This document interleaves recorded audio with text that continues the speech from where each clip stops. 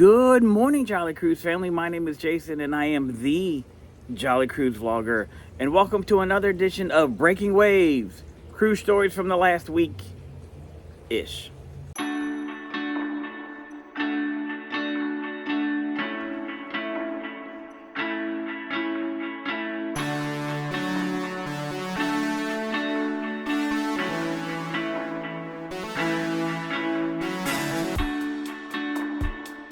And today, over a good cup of coffee, which today the coffee cup is Mickey Mouse and Walt Disney World. You know, have to represent the wifey and the middle son that both get paid by the mouse. But today we're going to cover the entire gamut of stories that can happen in the cruise line industry. We're going to talk about fights.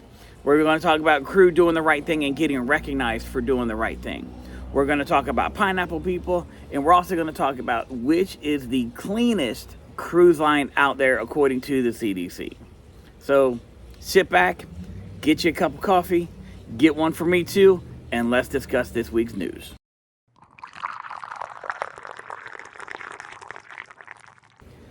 For the first story today, and I absolutely hate covering stories like this because it gives such a negative light on the cruise industry, gives negative light on particular cruise ships and cruise lines, that it doesn't deserve it. But at the same time, we need to talk about it because this kind of behavior does need to stop, because we all know that a cruise day is better than a work day any day.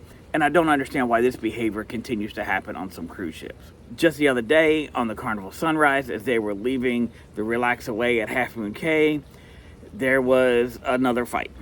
This one involved throwing fists and chairs over by the pizzeria. And I don't know if it was because everybody was hot, they'd been drinking all day, there was a long line at the pizza place, somebody took the last pepperoni pizza.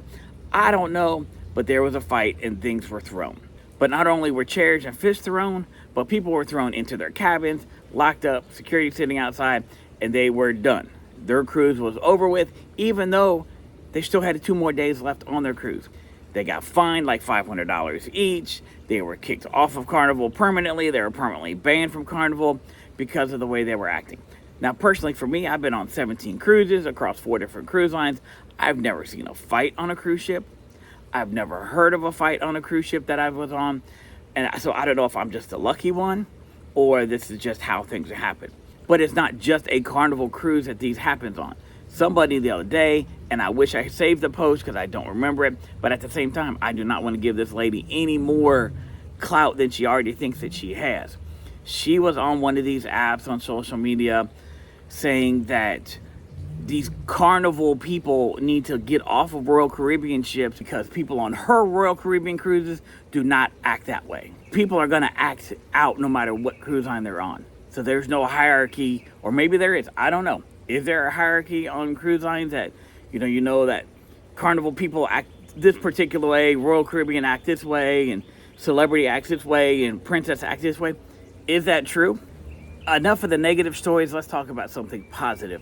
If you remember last week, the story I told you about the Symphony of the Seas and Neither Kumar, who saw the window cracking and ended up running downstairs and getting everybody off of the Lido deck, said, hey, the window's cracking, right before it shattered and went to pieces all over the deck chairs. Well, if you don't remember that, well, here's a picture of what it actually happened. So Royal Caribbean then acknowledged Kumar with the Royal Way Hero Award, which is not an easy thing to say. I had to practice it multiple times before I could actually spit it out the right way because my tongue got tied many times. On the reward, it does actually read, this was in recognition for your exemplary display of safety, honesty, and bravery in the workplace. Your courageous actions have made a significant impact on the lives of our guests and crew, showcasing a commitment to excellence and integrity. Thank you for your remarkable contribution for being a true hero in our shipboard community.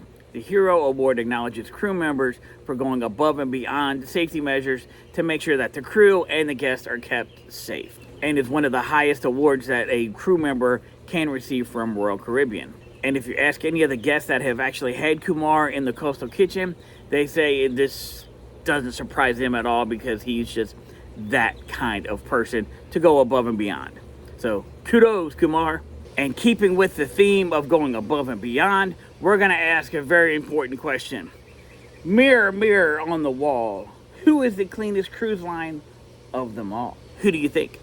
Who do you think is the cleanest cruise line according to the CDC, the Center for Disease Control? Recently, the CDC just released the results of their vessel sanitation program for the year of 2024. What this vessel sanitation program does is it comes in and evaluates all the cruise ships based on like food preparation, their pools, their medical facilities, their general cleanliness of the entire ship. In the year of 2024, 151 different cruise ships went through this VSP program. In order to pass this VSP program, you have to have a score of 86 or better. So 85 and below is failing, just like many other food industries and restaurant scores that anybody in any state in any county would see.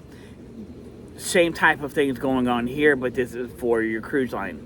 So of the 151 ships that they did this VSP program in 2024, 30 ships, so roughly 1/5 of the ships that they tested actually got a perfect score of 100.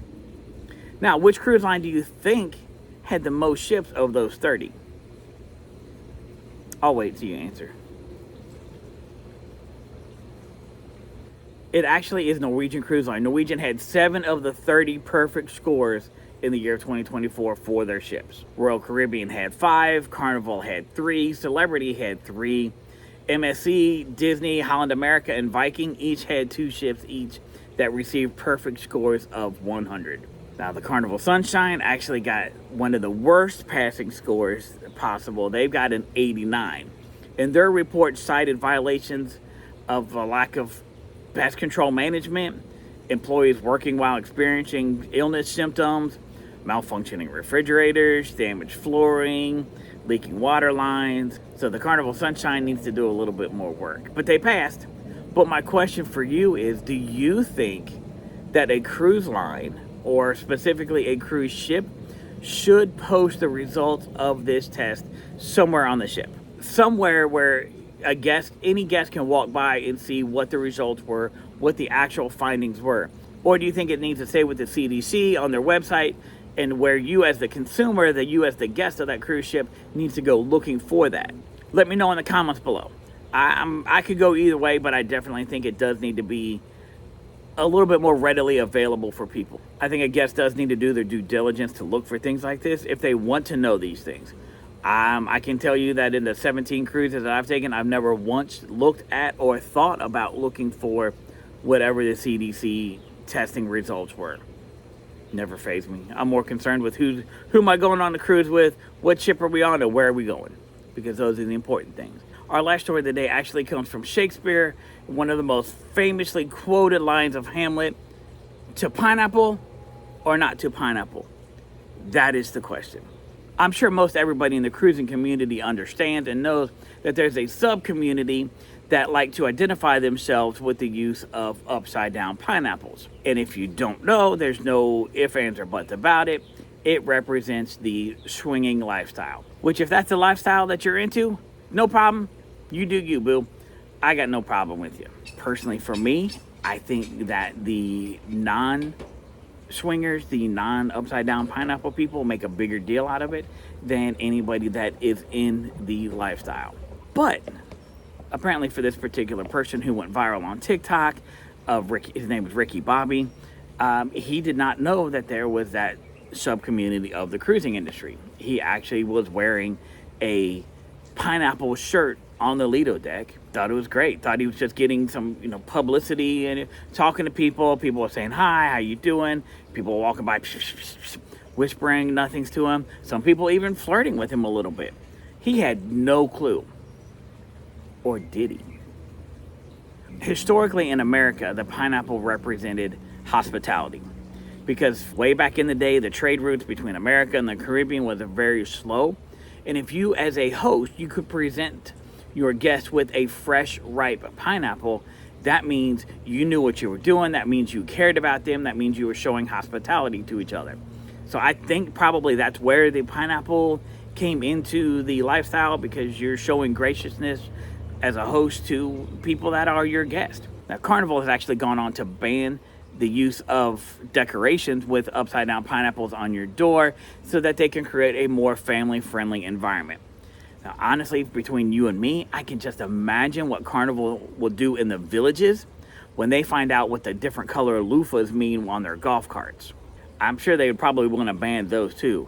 So, maybe that's the next thing for the lifestyle, is instead of the pineapples, they're going to go to different color loofahs on their doors, different color door decorations.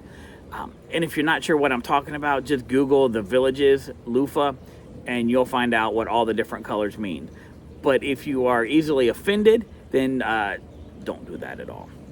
There you have stories from the last week-ish in the cruise industry over a good cup of coffee in a good coffee cup. And a reminder from me to you that when you're out shopping on Amazon or Walmart or Target or Bed Bath & Beyond or any other stores that sell coffee mugs and you think of me, pick me up one, message me, and I'll tell you exactly where you can send it so that I can show your coffee mug in the next episode of Breaking Waves. But until then, always remember that a cruise day is better than a work day any day.